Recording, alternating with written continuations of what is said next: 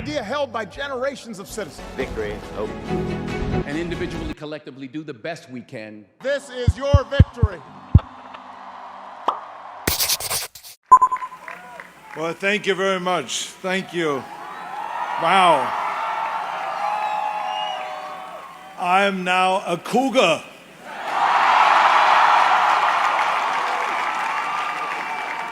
Whose house? Whose house? Whose house? And let me try that, huh?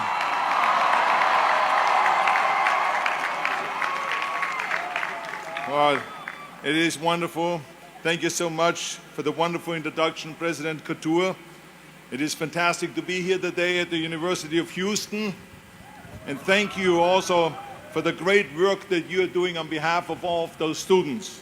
Let's give a big, big hand for the wonderful work that your President Couture is doing here at the university.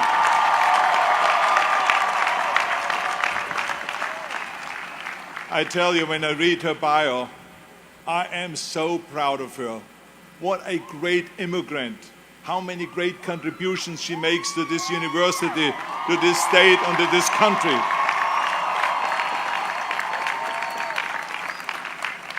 When I heard that she was the first Indian immigrant to lead a comprehensive research university in the United States, I said to myself, I'm going to hit it off really well with her. And the reason is because I love going to places where I'm not the only one with an accent.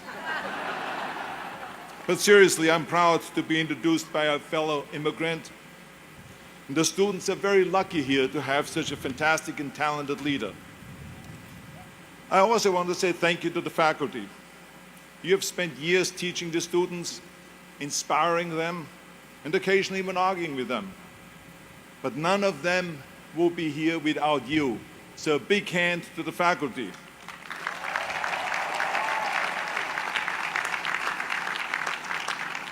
And finally, I would like to say thank you to the parents and to the families that are here today. You shaped the students from the beginnings of their lives, way before they became proud cougars.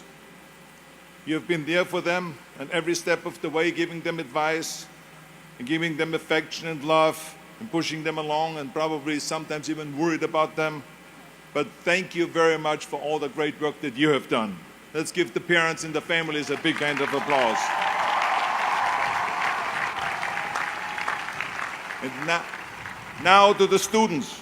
Now this is a big day for all of you. And I know some of you are going to say, wait a minute, this is our day. Why is Schwarzenegger thanking everyone here in Houston? When is he going to get to us? Well, first of all, congratulations to all of you. I know that it took a huge vision, great vision, and a lot of work and a lot of studying, and there's no one that can study for you. You have to do that yourself. So I just want you all to know that I am very, very proud of all of you. Thank you for the great work that you have done.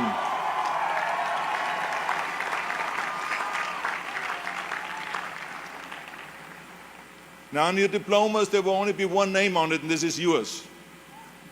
But I hope that doesn't confuse you and that you think maybe that you made it that far by yourself.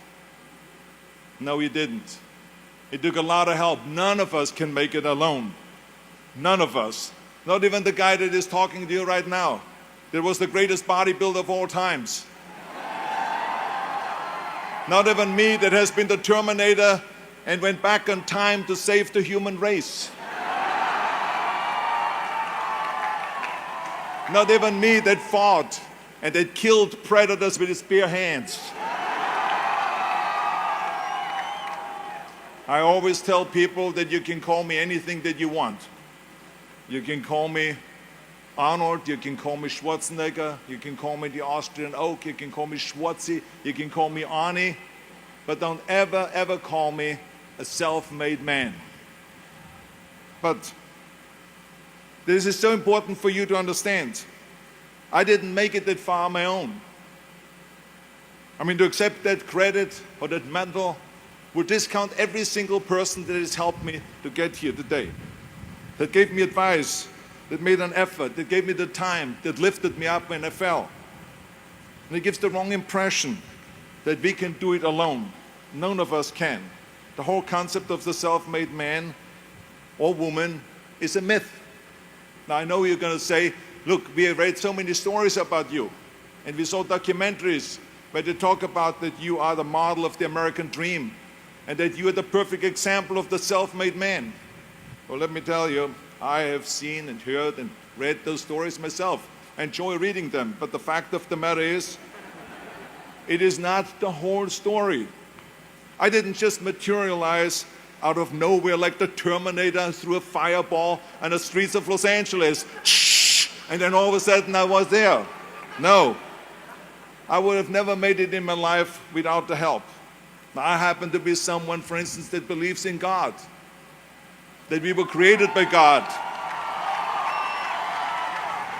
But let's assume for a second that you're not into that, then you must also believe in or at least believe in a biological aspect, that our parents created us.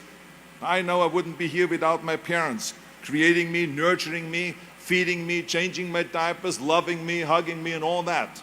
And then later on, when I went to school, there were the teachers, and then there were the mentors, the coaches, and then my mother was there in the afternoon helping me with my homework and with tutoring. And then in the evening, my father was there helping me in sports, coaching us in soccer, and in the winter, skiing, sledding, ice skating, ice curling, and all those kind of things. My father taught me about discipline and my love and appreciation for sports. And he gave me my first great advice by saying, whatever you do, Arnold, be useful. So you also read so many times that I decided from one day to the next to become a bodybuilding champion, and I started training 5 hours a day, and then I became the youngest Mr. Universe ever. Well, it is true. But the fact of the matter is, it's not the whole story, because if I wouldn't have met a lifeguard at the lake where I grew up, and some bodybuilders that introduced me to weight training, and they taught me the first chin-up on a branch of a tree by that lake, and that eventually introduced me also to a weightlifting club locally, where the coaches taught me about powerlifting and weightlifting and bodybuilding. They helped me, and they nurtured me, they pushed me. And then eventually I saw a magazine with Reg Park on the cover. It said, Mr. Universe becomes Hercules. There was Reg Park in a Hercules pose on the cover. I bought that magazine and I read the story from the front to the end cover. And let me tell you something. I read exactly how he trained 5 hours a day, and how he became a champion, Mr. Universe, 3 times, and how he went to America. And then he was discovered in the movies, Hercules movies. Well, when I read that, I found my vision. And let me tell you, the most important thing in life is to have vision, to know exactly where you're going. I found my vision. In that magazine, Reg Park gave me my blueprint for my life. And 5 years later, after training 5 hours a day, just like him, and doing his exercises, I became, through his help and his inspiration, the youngest Mr. Universe ever. And this is what made then Joe Weider, the father of bodybuilding, the owner of a giant food supplement empire, and the editor of Muscle and Fitness, invite me to America. So it was Joe Weider that brought me to America, to the greatest country in the world, to give me the opportunity to train in Gold's Gym and to go and get me a little apartment. I came over here with absolutely nothing. It was his help. I had $20 in the pocket and some sweaty clothes in a gym bag. But let me tell you, I had this one little apartment, and on Thanksgiving, the bodybuilders from Gold's Gym came to my apartment, and they brought me pillows, dishes, silverware, all of the things they didn't have. And even a black and white TV and the transistor radio, which I still have today on my end table next to my bed. The generosity that I saw, the amount of help that I got when I came to America was absolutely extraordinary. I saw firsthand how generous the American people are. And then in Gold's Gym, there it was a magical place with all the champions, Mr. Americas, Mr. World, Mr. Universe. Everyone was training their powerlifters, Olympic champions, and so on. And they helped me change from an amateur champion to a professional champion. And after that, I won champion after championship, 7 times Mr. Olympia, you heard it all, and became the greatest bodybuilder of all times according to the Bodybuilding magazine in 1975. Now this is just with all of the help. I would not have made any of that by myself. So this is why I don't believe in a self-made man. And even when it comes to show business, it was the same thing. I mean, you read the stories that Schwarzenegger decided from one day to the next to retire from bodybuilding and to go and become an actor. And in no time, he did Conan the Barbarian and Terminator and Commander and so on. Well, it is true, but it is only half of the story. Because the reality of it is, with a lot of help, I wouldn't have made it. First of all, it would have been fun to make it that easy and to be that easy. But it was very, very difficult to get into the movies. Very difficult. And only because I had help, I could get in. Because in the beginning, every agent, every manager, every studio executive said, you would never become a leading man. Look at your body, you look like a monster. I was upset about that because I trained so hard and for so long, and all of a sudden they call me monsters. But the bottom line is, they said this is the 70s. 20 years ago they did Hercules movies. Today the little guys are in. Dustin Hoffman, Al Pacino, Woody Allen. Those are the sex symbols of the 70s. Don't you understand it? I said, oh my God, oy vey. I mean, but they even belittled me with my accent. They said, look the way you talk, I have to be very honest, I don't want to offend you, but you give me the creeps with your accent, with that German accent. It's scary. This is, maybe we can get you a job in Hogan's Heroes, in that TV show, to play a Nazi officer. And plus your name, Schwarzen, Schnitzel, or whatever it is. Yeah, I can see that already up there on the billboard.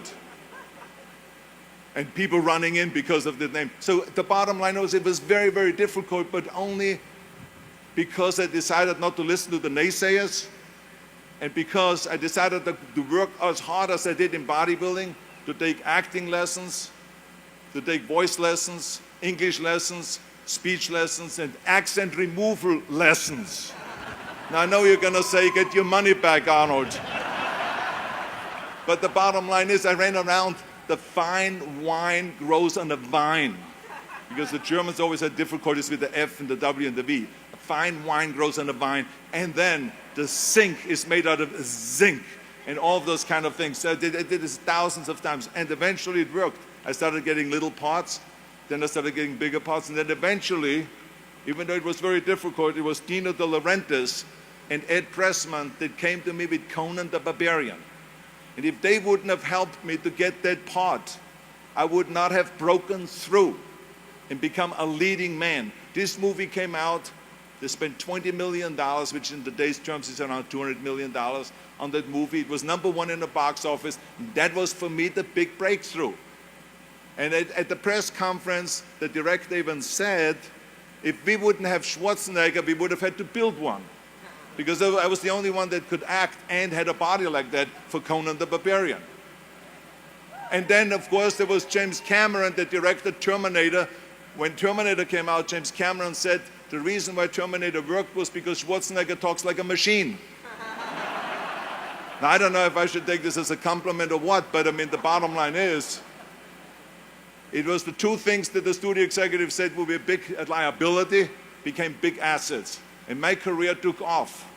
And this is why I always say thank you to the people that helped me along the way, and not ever think that I'm a self-made man, because not only was the producer and the director so helpful, and the studio executive so helpful, but every person that works in a movie. As a matter of fact, when we have a wrap party, which is the party on the end of the movie, I always make sure that every single person gets invited to that wrap party, to say thank you to them at the wrap party, and go to the microphone and say thank you to the cameraman, because without him I wouldn't look as great on the screen. To the makeup person, to the visual effects person, to the stunt people, the stunt coordinator, the cable pullers, craft services, and the list goes on and on and on. There's 280 people that work on a movie that make you look great on that screen. So how can I say I'm a self-made man? So this is why it is important for all of us to recognize, and this is why I tell you, and every step of the way I had help. Even when I ran for governor, people say, yeah, one day he decided to run for governor and to take over the 6th largest economy in the world. No, this is not the way it was. Yes, I took over, and yes, I won the governorship, but if it wouldn't have been for Jay Leno, who hosted the Tonight Show, who I called a week before and I said, I want to announce my candidacy on your show, on the Tonight Show, because I want to sell myself as an outsider, because the people in California are sick and tired of the typical politician. So he said to me, and he was a great friend, he says, yes, I'm going to help you with that. And I had announced, without anyone knowing, on August 6th, on the Tonight Show, my candidacy. And he even organized 100 journalists from politics to sit in the back when I announced my candidacy. So this is the kind of help I got. And from then, of course, I didn't even have a team yet. People came out of nowhere and they started helping, organizing with the campaign and with fundraising and with communication and with all of those things. And I became 2 months later the governor of the state of California. But it took a lot of help. And I have to say that it is important to acknowledge that, because people make it always sound that you did all this yourself. I didn't. I did it with a lot of help. Yes, I was determined. Yes, I never listened to the naysayers. Yes, I had a great vision. Yes, I had the fire in the belly and all of those things, but I didn't do it without the help. And even when you then say Schwarzenegger did the most unbelievable environmental laws in California, well, guess how laws are done? It took the legislators, 120 legislators, to negotiate for weeks and months at the time, and then to send down legislation, and then you sign that. So you need that help too. So I had a lot of help along the way, and this is why it is so important for all of you to recognize that. And the biggest help, of course, I got was from America. If I wouldn't have come to the United States, if I would have come to any other country, I would not have had the success.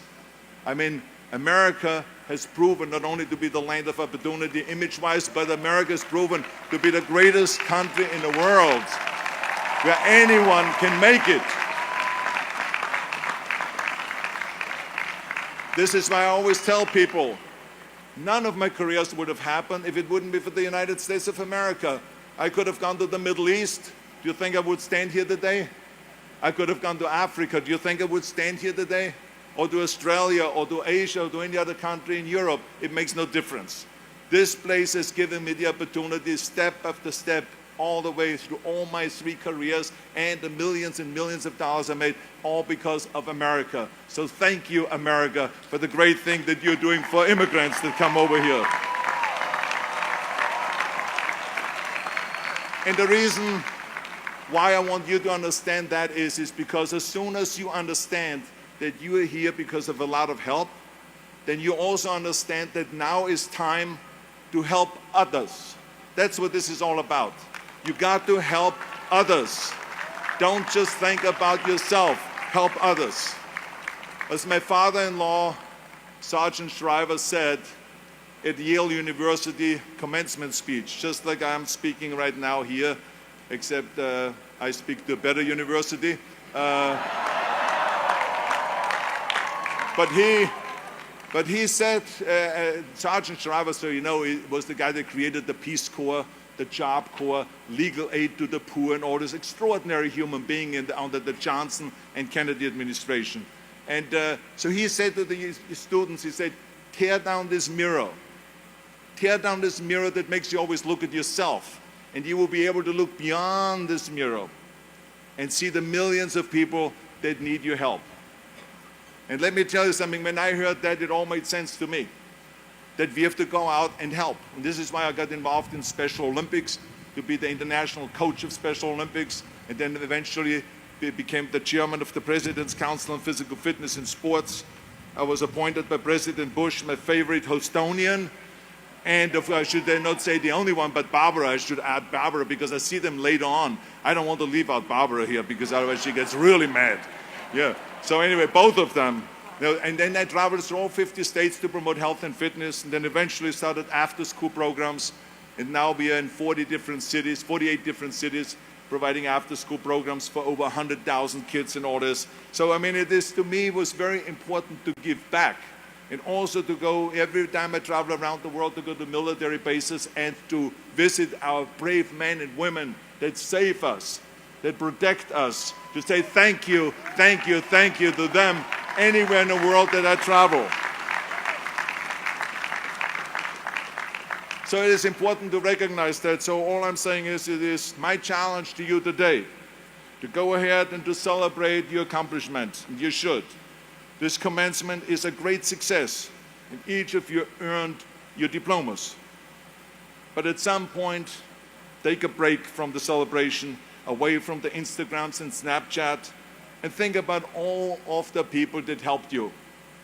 Make sure to go and to recognize President Couture and to say thank you to her for the great work that she has done. Say thank you to the deans of this university that are responsible to make this university so great. Say thank you to the professors and associate professors, everyone that taught you and everyone that's responsible for you to be here today.